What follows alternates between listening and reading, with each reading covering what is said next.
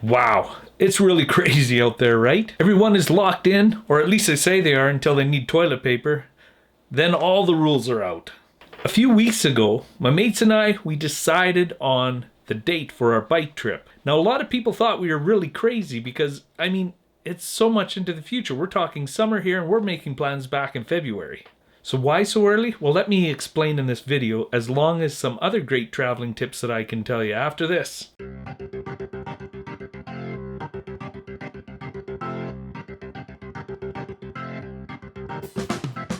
If you haven't heard about this channel or you haven't been here before, well, welcome to Six's Overdrive. This is a channel about all the things I love, and in no particular order they are: motorcycles and power sports, Coca-Cola, barbecues and smoking, photography, videography, and some travel.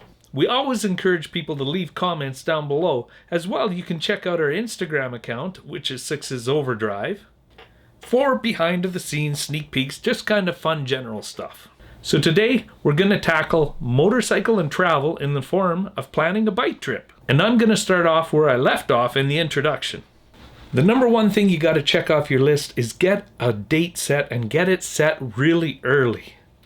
The longer the trip, the earlier you want to book your time, and here's why. Now, this mainly applies to summer trips, but these issues come up all year long. What you need to do is you need to draw a firm line in the dirt. Because after you pick a date, everything is going to fall on the time that you picked. Guaranteed. Like, I'm talking like stupid things, like your Uncle Dennis's twice removed cousin is having a wedding. Things that you'd never go to normally, but now it's going to be a big deal for some reason. And these things are going to be big deals to everybody else if you don't pick the date.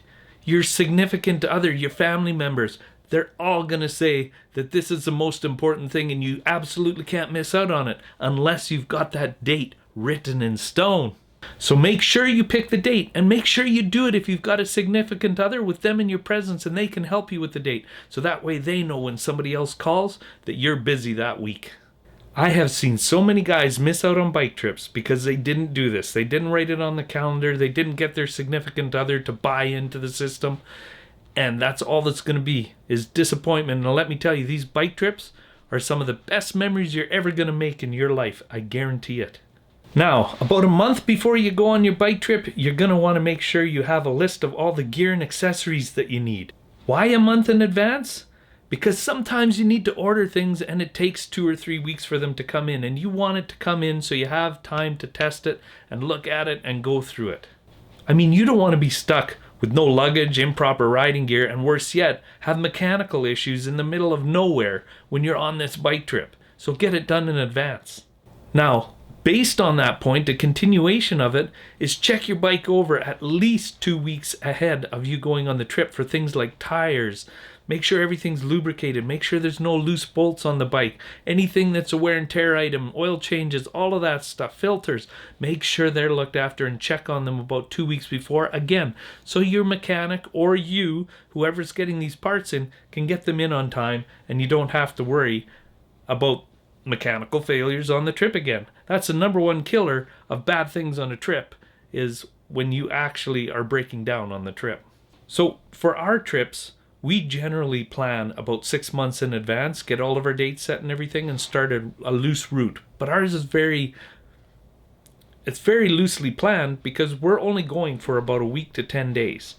Now, some of you that may want to go on a trip that's going to be a year long or 6 months or even a month long, you might want to have your border crossings all in order. So you might want to have a year to plan this out in advance and make sure you have all your I's dotted and your T's crossed, all that kind of stuff, because you don't want to be stuck unprepared on those trips. And those ones, they take a little more planning. But for your general trip, 6 months out, you can pick a general route.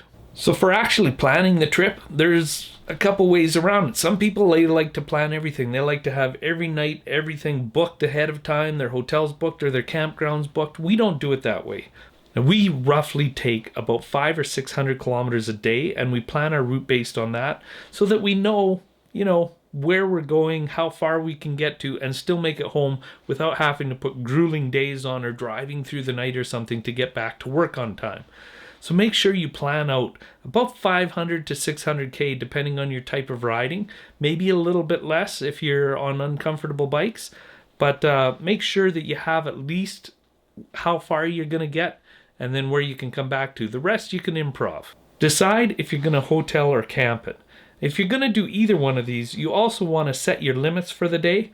And like I said before, 500 or 600 kilometers a day will probably get you in around 5 to 6 o'clock at night. Any later than that, say 7 o'clock, and you're going to have a hard time finding places a lot of time in the summer, especially in tourist destinations. So you might not be able to find anywhere, or you might end up with really expensive accommodations for the night, which is nice to treat yourself out once in a while, but most of us don't have budgets for that on a bike trip. Next point is to pick your riding partners wisely. Because let me tell you something, little niggly things that you dislike about a person are not going to get better with time on a bike trip. As a matter of fact, they're most likely to get worse as time goes on and as you go through life together on this trip. So those little things that you despised are going to be magnified. You've heard that Harleys and sport bikes don't mix?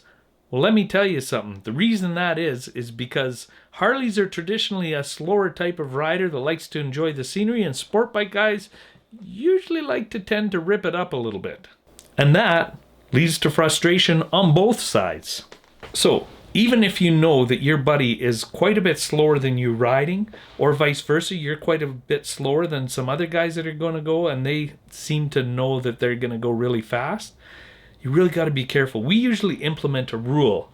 It goes something like, if you don't see the person, notice that you turn somewhere. So everywhere that you turn, the person has to see you turn. So that means somebody's always got to stop and wait for the next person to come. And if you're turning and you look in your mirrors and you can't see any of your buddies, you don't go, because everybody's going to get lost. That, though, can get really frustrating when there's a big difference in speeds, slow to fast, because what happens is the same person almost always ends up waiting, and it's just as frustrating for the slow rider because they never get a chance to get off their bike or do anything or take pictures or do anything because they're constantly trying to keep up. It's because as soon as that guy that has been waiting for them sees them, they take off again. So it gets really frustrating for all the riders and can really cause some conflict on a longer bike trip. Here's a big one. Pack light. You know what? The more you pack, the worse your trip is going to be, is what we found. I mean, if you're going to overpack, you're constantly going to be going through the maybe I should bring this just in case stuff to get to the stuff that you'll need on a regular basis. Okay. Also, it makes your bike heavier, makes it worse for handling, makes the back end heavy and the front end light. So if you're really into handling and going fast, it's going to affect your trip as well. Also, it makes for easy targets for theft. If these guys see your bike loaded up with camera gear and all the rest of it and a whole bunch of neat stuff in those bags that are unprotected while you're eating lunch, there's a good chance you could get robbed. However, there is one exception. If you're going camping, you probably don't have a choice. You're going to have to pack fairly heavy. But get all the stuff that makes everything easy and light and very compact, and you should be okay even if you are camping on your motorbike. I personally only pack enough for 5 days, and if I do the double rule, that can extend to 10. Now, what happens is I pack 5 pair of underwear, 5 pairs of socks, and those, if you plan it out and organize it right, you can use those double time, right? So that lands you into the 10-day category. I usually run 3 t-shirts. I usually have a pair of long johns, top and bottom, in case it's cold outside sometime, and a pair of flip-flops. That's all I use for clothing. And if it gets any longer and the trip is longer, I can always use the hotel laundry. And as for my riding gear, I always just wear my riding gear with a t-shirt and some underwear underneath it. And I'm always got my riding boots and my socks. I generally don't wear socks at night, so I can keep it quite light on the clothing side of things. Now, if you're looking for camera gear and any kind of recording equipment like I do for the YouTube channel, you're going to need a little bit of stuff, but try to keep it to the small stuff. Don't take your big DSLR and stuff like that. Some people, if you've got your photography crews or something, you might want to do that. But I think generally, for most people, you need maybe a GoPro, or even less yet. Just take your cell phone and take pictures and videos on that. It'll be good enough for memories. They all record in 1080. So don't be afraid to just bring your cell phone along. It'll be plenty good for memories if you're not, making your own YouTube channel like I am. Well, I really hope that helped you out. I hope you get to planning your next trip really soon. And don't let anyone get in the way of having those plans come through. A bike trip is a memory that's going to last you forever, and at that, it's probably going to be one of the best memories you ever had. So just get out there and do it. So guys, remember to share, like, comment, and subscribe. It'd be great to hear from you. And until next time, bye-bye. I'm also going to leave you some footage of my buddy's new bike that we just picked up in Calgary last weekend. Since I got to show you some of my new links to different channels and things you can check out. So talk to you soon, guys. R9T Pure. I dropped my bike last year when I first got it too, so. Oh, okay. Yeah, I'm always super nervous. Oh, it's terrible.